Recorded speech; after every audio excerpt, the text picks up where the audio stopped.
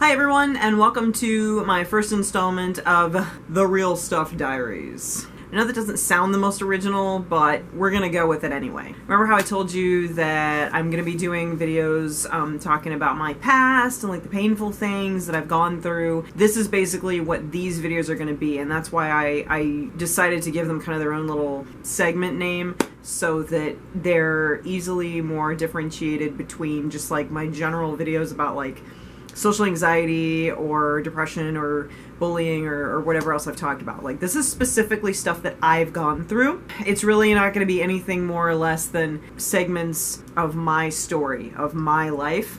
And the reason I'm sharing these things with you is, even though it's a little bit painful, some of these things, and I don't necessarily want to talk about them maybe, and some of them even aren't even relevant anymore.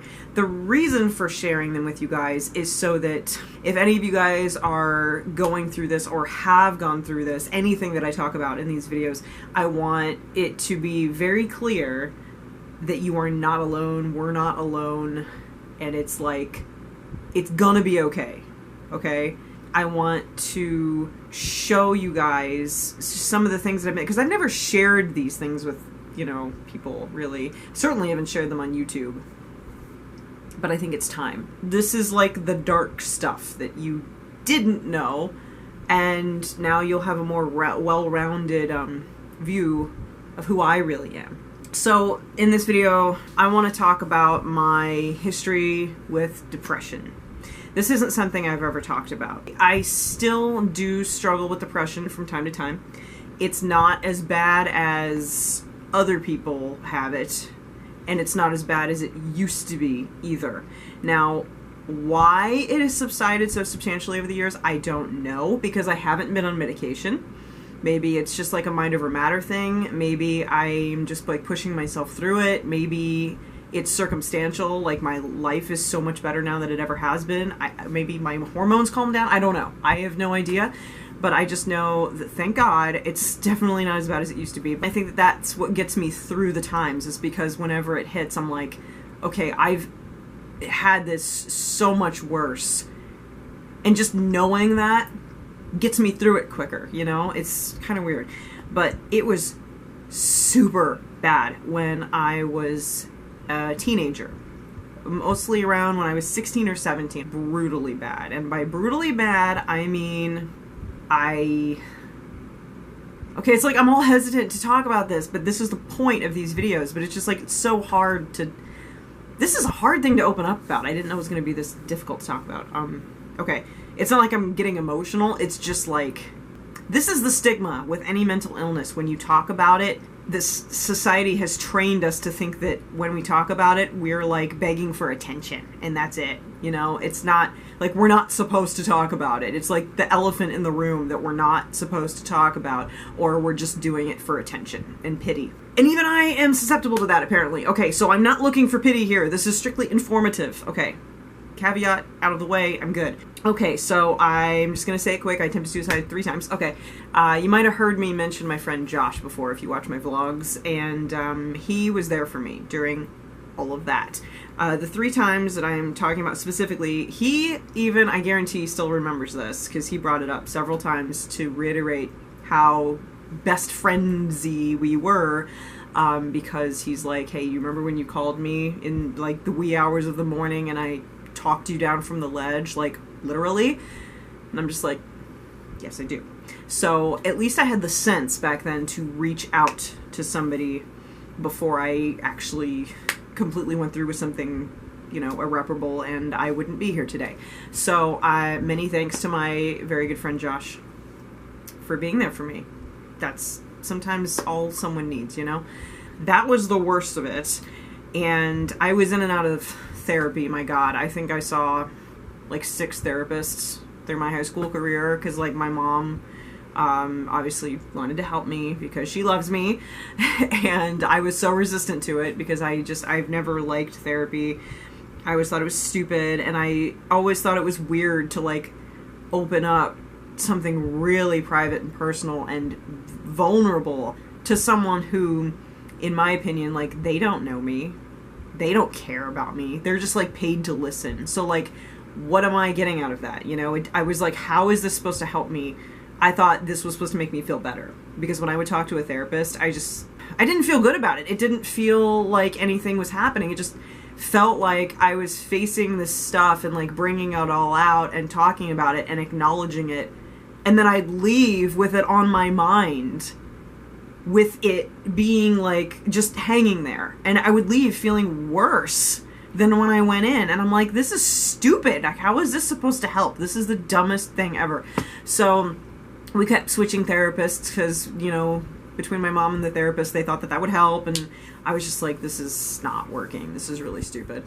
So they put me on antidepressants. I was on Zoloft.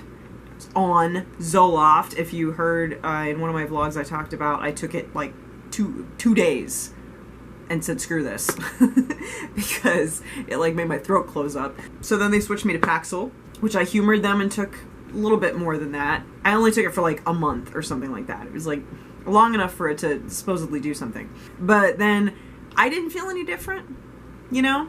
And isn't that the point of medication when you have a, you know, a mental or a physical, anything? When you're on medication, it's supposed to make you feel better.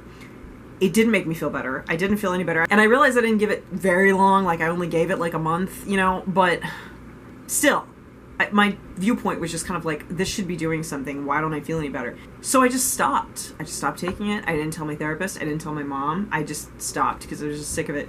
And like several months went by, and both my therapist and my mom were like, oh yeah, we can really see a difference. I'm just like, wow, placebo effect much? Like, no disrespect to my mom, but I think she just wanted so badly to see a change in me because she was so sad that I was going through this. Like, you know, at the time I was just so miserable with my own teenage crap. And this wasn't like your general teenage angst. Like, it was bad. It was just so bad. And there were so many factors that went into it that I will discuss in other videos, other segments of this type. But I like, the last thing I was thinking about was like how it was affecting my mom, you know, and that makes me feel really bad now. When you're a teenager, in general, you could give a crap less about what your parents think, usually, in general. That's kind of the general rule. But, you know, and someone who just wakes up every single day wishing they hadn't woken up.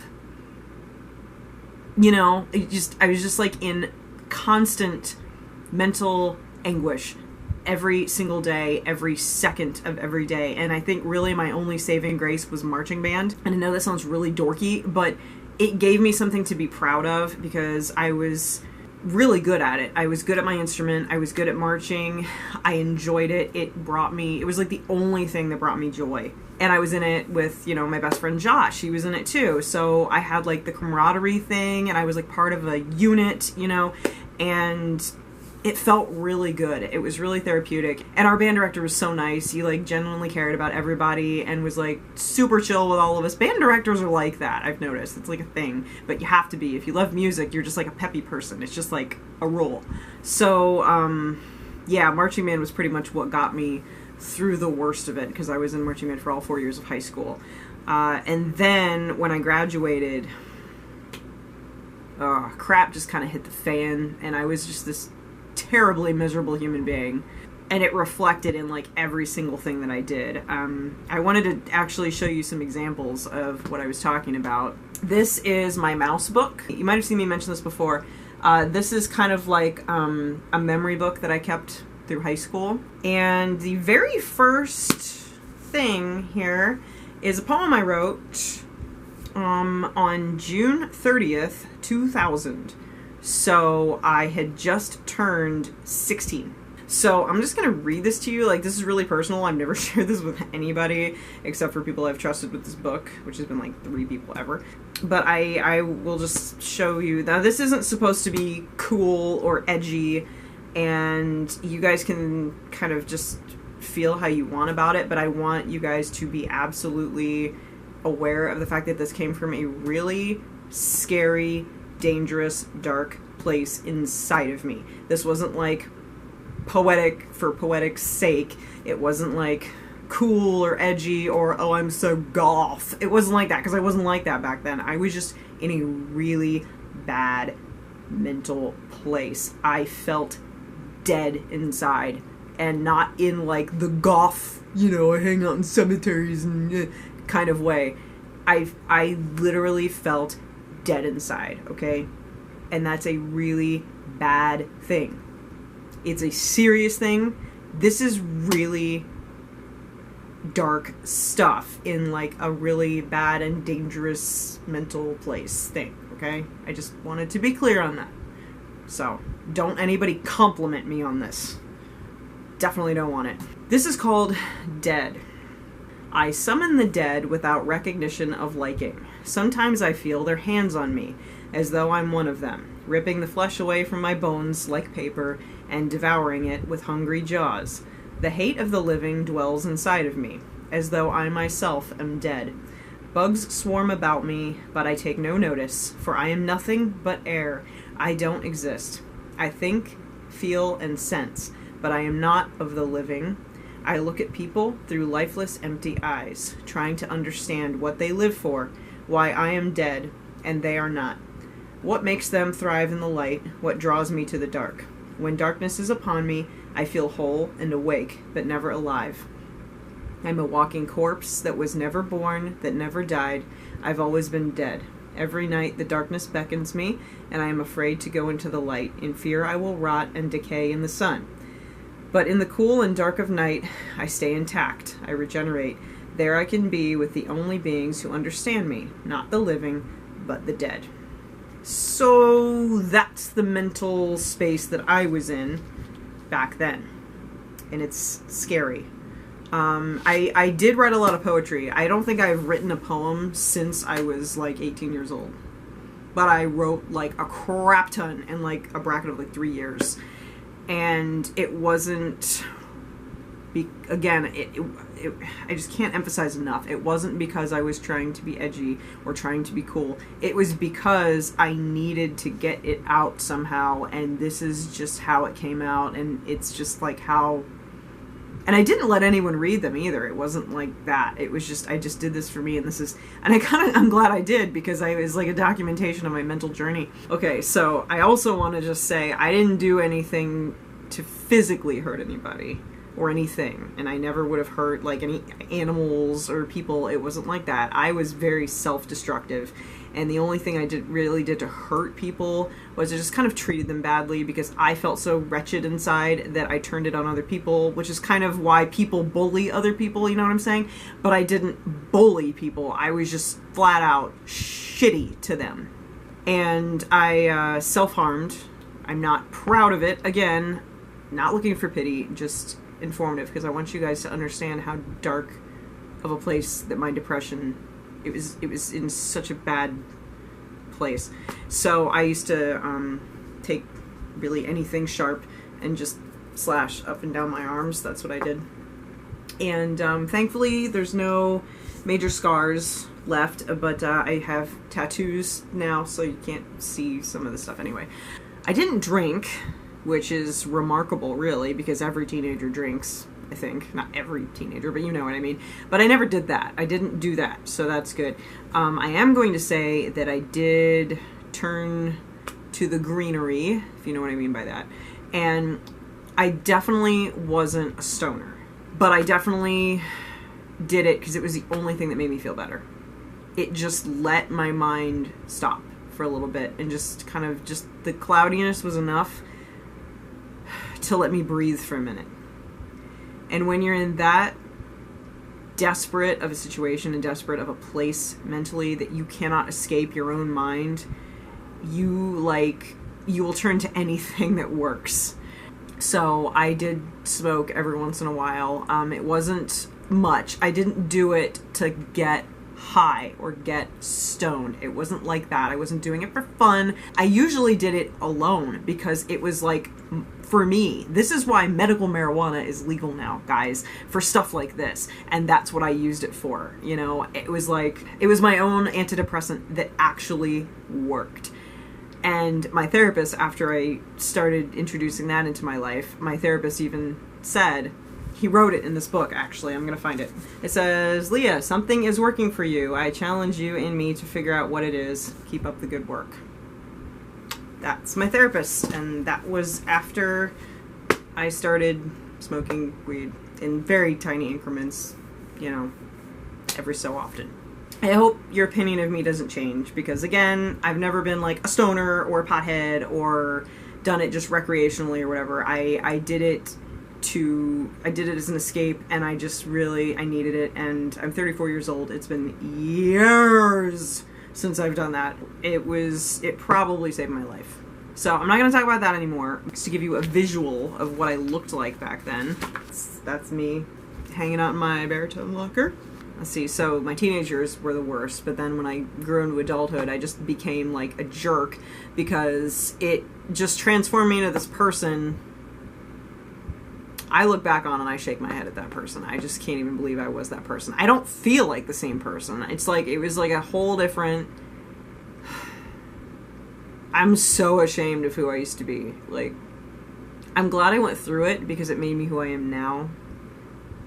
But I hate that I was that person. Like, I was a real shithead to a lot of people who did not deserve it. And now I have like this massive guilty conscience, because like back then I didn't have any guilt whatsoever. I thought I was a freak and thought I was broken because I had like no negative emotions except for like anger, because I didn't cry ever. I never cried, which is so weird because I had a lot to cry about, and I didn't ever feel guilty about doing bad things, you know, to myself or to other people, and the bad things just involved just treating them like crap. One major event happened when I was 20 that I don't want to talk about yet. I'm not ready to talk about that. That's a different video. That kind of started to turn things around, which is good. It's a terrible thing that happened, but it affected me so deeply. That's when I started to turn around a little bit, and I got kind of on the right road. My depression still lingers. It's still, you know, a chemical imbalance, but my life isn't complete crap anymore. So, I've definitely had suicidal thoughts over the years, but it's never been as bad as when I was a teenager. Like, I get through it, you know. I will sit there, and Mike has witnessed this, actually. I've been through it since I've been with him, with the things that happen off camera that you don't know about. I've had complete depressive breakdowns with Mike, and he's been there for me, and I'm just like bawling and sobbing my eyes out and screaming in some cases that I just don't feel like I'm good enough. I'm not good enough for anybody. I'm not good enough for myself. Like, what's wrong with me? Stuff like that. That's one half of the equation. The other half of the equation is just complete and utter, like, I just feel numb and dead inside, like I did, you know, when I was 16. And I will just lay in bed. I don't want to do anything. I just lay in bed. I remember there were 3 straight days when I was in Missouri. I laid in bed for 3 days. I only moved to go to the bathroom, but I just laid in bed for 3 full days and just watched Jamie Kennedy Experiment on DVD. Like, I remember I did that, and I barely ate. If I ate at all, I don't really remember. And I didn't move. I didn't do anything. I didn't want to do anything. And I get to... It still does... The suicidal thoughts sometimes creep in still.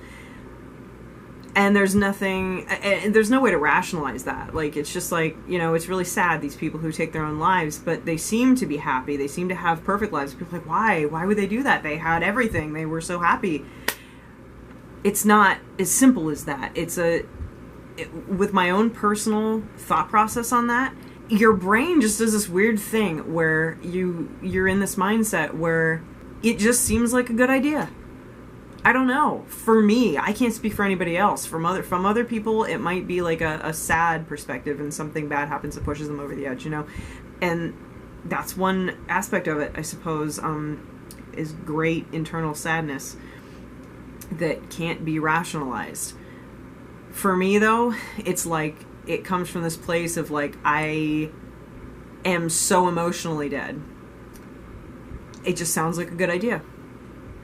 And that's really scary. To me, that's the scariest.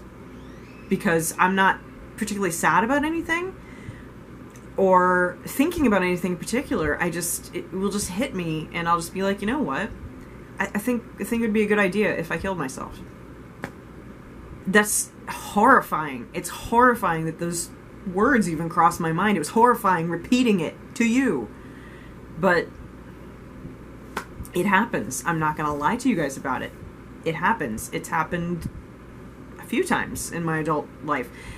Thankfully, though, part of my brain is still active that, you know, talks me out of it and is like, no, that's not good. Tomorrow you'll feel different, or, you know, in a week you'll feel different.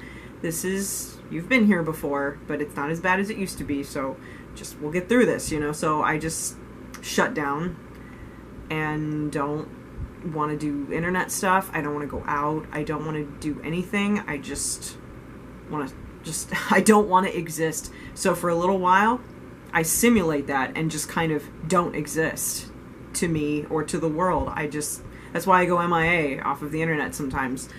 That's just me not existing in a way that translates into, you know, I will wake up tomorrow. You know what I mean? I know that this was an incredibly long video, and it's probably incredibly, ironically, depressing, but I didn't mean it to be depressing. I wanted to just let you guys know that I struggle with this and have struggled with this.